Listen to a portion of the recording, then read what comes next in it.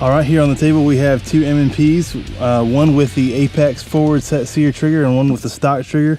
We're going to show you the differences between the two and why it's such a good investment. All right, so the Apex trigger is in the VTAC model, and you can see it's the forward set Sear model. It's the competition trigger, and it's got the metal, not the plastic brake thing. It has a plunger instead of the broken half trigger there.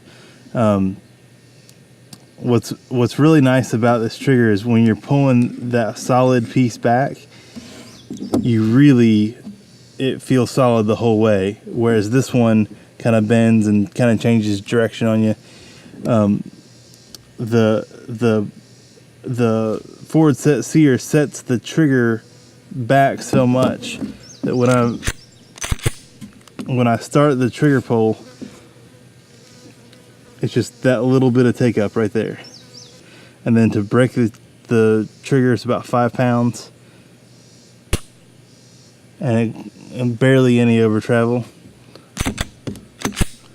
Then I come forward and it's reset and I can break the trigger again.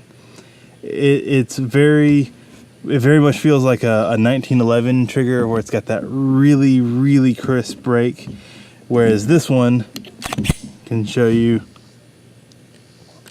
got all that take up in there. It's really gritty. Feels kind of, the whole trigger assembly kind of feels kind of loose. Once you get to the breaking point, it's almost kind of soft, and that plastic is bending, and then it breaks, and it does. Once it breaks, it kind of breaks. It breaks pretty clean, but then there's a lot of over travel, so you're way into the back of the gun. Then pull it up, and now it's reset. And then you can pull the trigger again. So the Apex trigger turns this gun into a gun that everything you aim at, you hit, because that trigger is so crisp, so short. It's like shooting a polymer 1911. It's an amazing add-on, and I recommend it. I do it to every gun I get. This one, it's on its way, and I'll be replacing it next week when it comes in.